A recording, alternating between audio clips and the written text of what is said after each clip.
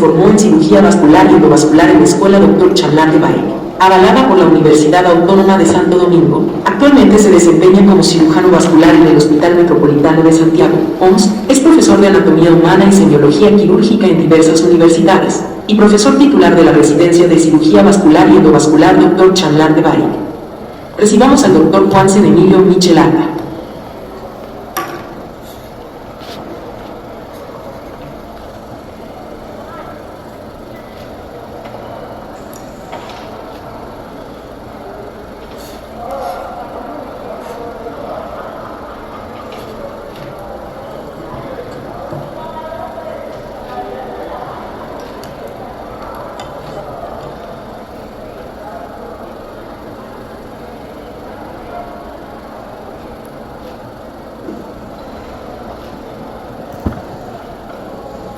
Muy bien, buenos días. Vamos de inmediato con el tema más frecuente en cirugía general, de cirugía vascular, incluso en muchos centros por encima del trauma. Comenzamos con una imagen que para muchos puede ser una abominación, para otros algo completamente normal. Si usted no entiende por qué lo digo, quédese, porque vamos a ver el manejo actual de los accesos vasculares en cirugía general y la propuesta de un protocolo de manejo nacional, Colegio Dominicano de Cirujanos, dentro de cirugía general. A propósito, que no contamos todavía con guías de accesos vasculares básicas de acuerdo a la práctica actual de la cirugía general, y se nos hace muy difícil como cirujanos generales entre tanta información.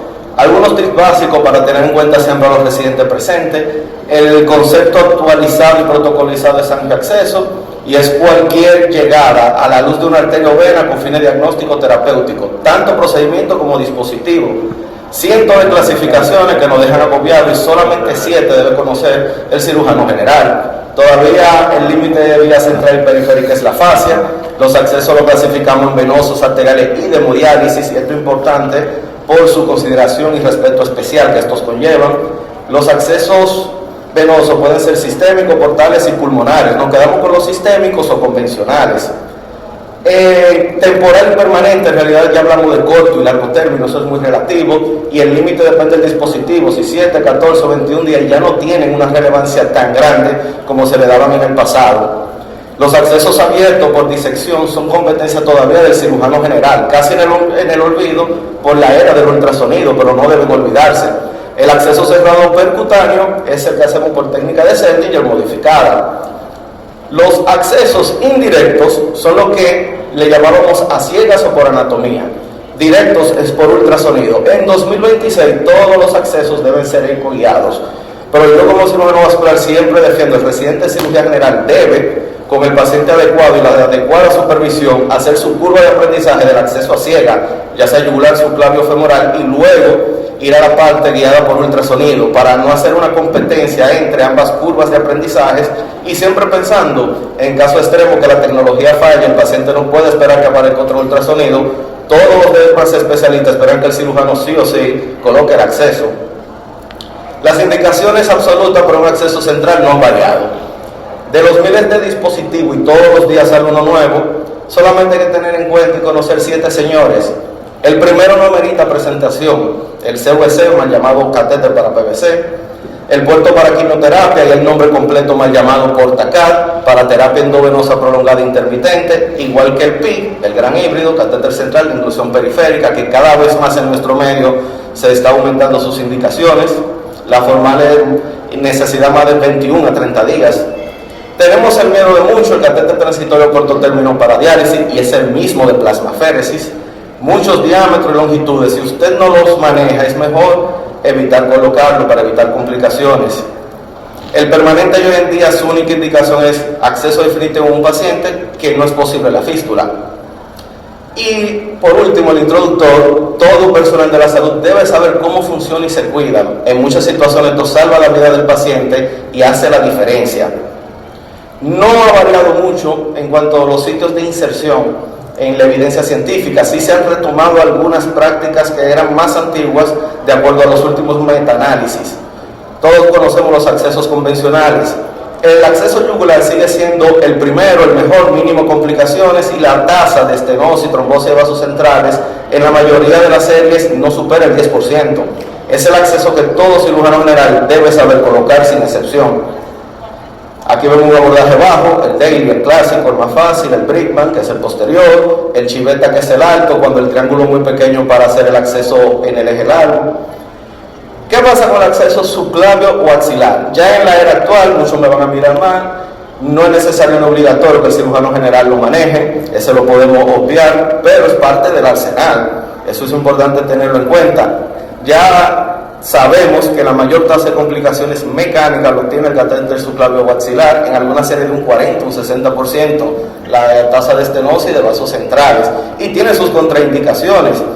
Aquí vemos el acceso subclavio infra, la ubania, el axilar, le mal llamamos todavía subclavio, es el que menos infecta, y el abordaje ideal del subclavio, el supraclavicular, que era el más antiguo y ahora se sabe que en realidad es el más seguro. Es mi favorito, por cierto, el de predilección para muchos en los niños por un tema del opérculo torácico, y la mayoría de las veces en la ventana vemos la yugular externa, disminuyendo morbo y mortalidad en el acceso al funcional directo y no a la subclavia. Pero es un tema de preferencia. No vamos a mencionar nada del femoral nuevo. Estos accesos a cabo inferior son convencionales dentro de la cirugía vascular. Es importante tenerlo en cuenta. En cirugía general estos no son accesos convencionales. Ya idealmente esto entra en el campo puro de la cirugía vascular. Entonces, ¿cómo debe ser el manejo actualizado? Dependiendo de los últimos metaanálisis, evidencia científica, diferentes dispositivos que han surgido, y claro que sí, las complicaciones, cómo han variado y cómo los vasculares la tratamos.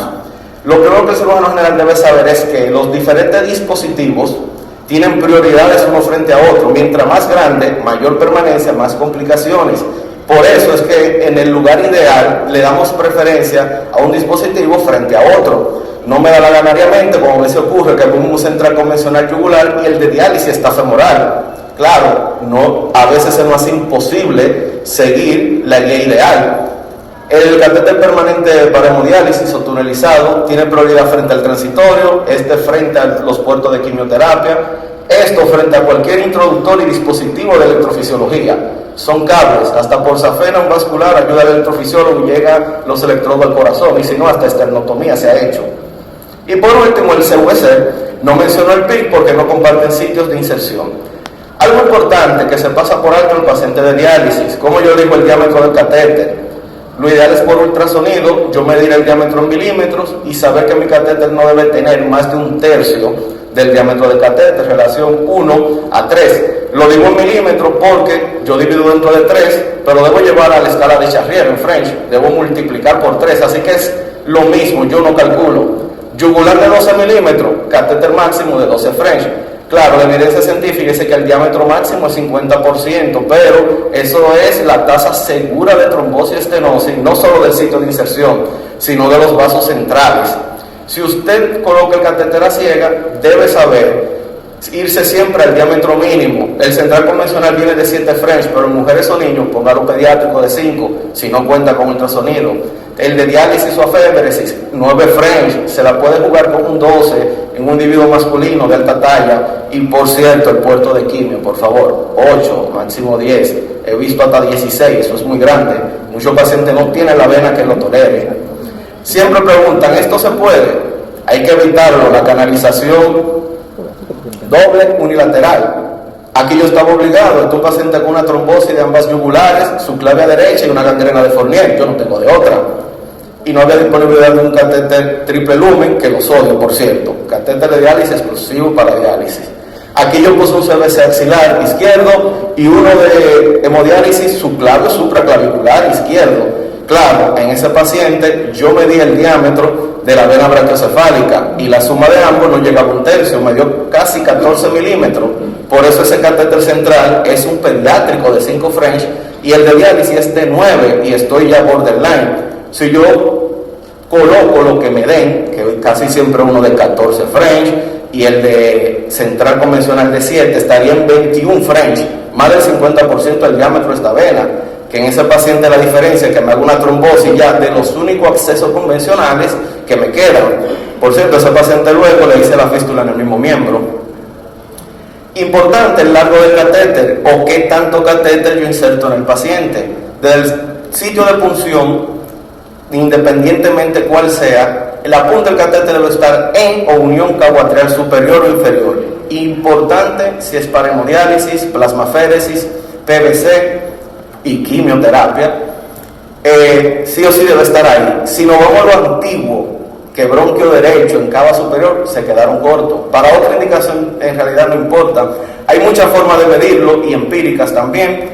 Yo voy a la anatomía de superficie. Tengan en cuenta que yugular interna termina en la articulación esternoclavicular, axilar y subclavia hacen el arco desde el triángulo delto pectoral al mismo sitio y en el medio camino el punto más alto en el antiguo punto Joffe-Yérnica. Ambas brachiocefálicas van de articulación esternoclavicular a segundo cartílago costal, la cava superior del segundo a cuarto, el atrio aurícula de cuarto a sexto, en el séptimo unión caboatral inferior, y generalmente 5 a 7 centímetros en línea media del cifoide hacia superior está el centro de la aurícula. Así usted mide con el paciente directo y sabe cuánto va. Ese mapa venoso mental es importantísimo tenerlo en cuenta. Si el catéter es muy largo, en realidad esto es lo que se hace. Este es el real arte de los accesos vasculares, elegir dónde y cuándo yo colocar el dispositivo. Todavía preferimos el acceso yugular antes que subclavio antes que femoral, yugular y subclavio derecho antes que izquierdo y femoral izquierdo antes que derecho. Un tema de la anatomía en cuanto a diámetro, trayecto rectilíneo, menor curva y por ende menor estenosis, trombosis, disfunción de los dispositivos. A ciegas, solo a la izquierda lesionamos el conducto torácico y femoral por el tema del trasplante renal.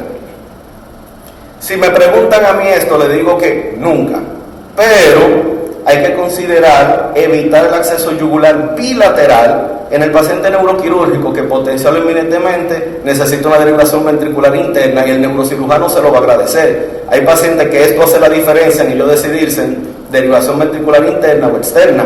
La colonización e infección de la válvula es una potencial meningitis, pero eso es muy relativo. Si me lo preguntan a mí, yo casi siempre evito subclavio y si lo hacen se van a evitar en realidad muchos problemas.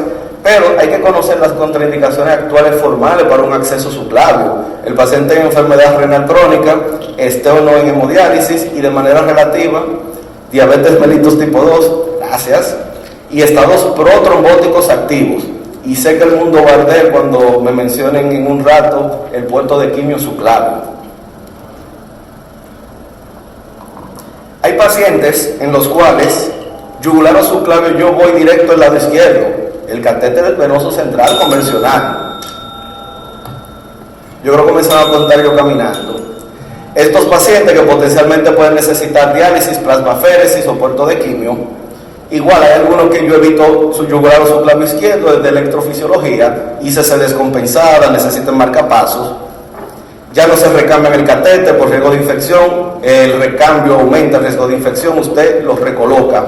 Y no a todos se le hace cultivo a la punta del catéter. Recuerden que ya olvidamos la sede, el multifilamento, siempre Tegader, y si utilizan el fijador es adyacente al sitio de punción, eso nunca toca la base del catéter.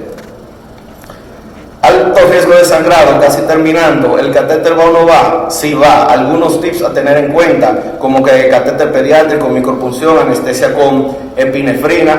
Ojo, vamos a desmentir un mito. El acceso que menos sangre es subclavio supraclavicular, luego yugular, y el que más sangre es subclavio infra, luego femoral. Dejemos cometer el error que alto riesgo de sangrado directo femoral. Y ya para irme de aquí, ¿para qué nos sirve el ultrasonido? No es para canalizar. Hay cosas más importantes. Yo rastrear y elegir el acceso, ahí yo mido. Número 2, la anestesia desde la adventicia. En tercer lugar, el menos importante, es la punción. Aquí ya se ha hablado de la punción. Y en cuarto, y lo más importante, yo seguir la guía, por ejemplo, desde subclavia, que desciendo, mira qué bonito se ve el pulmón ahí, hacia donde debe ir, y yo evitar una migración ipsio-contralateral a yugular o subclavia. Esto lo vemos en un acceso, por ejemplo, yugular, que es más frecuente, e incluso puede parecer exageración, un acceso femoral, yo puedo ir subsifoideo a ver cava retropática, y si usted no ve la guía ahí, sobre todo dispositivos permanentes, la guía se fue a una lumbar ascendente, iliolumbar, ilíaca común contralateral, o ilíaca interna ipsi, y usted va a tener problemas. A propósito, que en el catéter de diálisis femoral, la punta debe llegar a cava, no se queden cortos. Los dejo con parte de la familia de la Escuela de Cirugía Vascular del Hospital Salvador B. Gautier, que es la Escuela Dr. Charlate Bay, en honor al padre de la cirugía vascular dominicana, maestro de la cirugía, el Dr. Charlate, que este sería el primer Congreso del Colegio Dominicano de Cirujanos que no lo tendremos en el plano terrenal. A él le debemos un legado de formación directa de 104 cirujanos generales, 2 proctólogos y 5 vasculares. Gracias.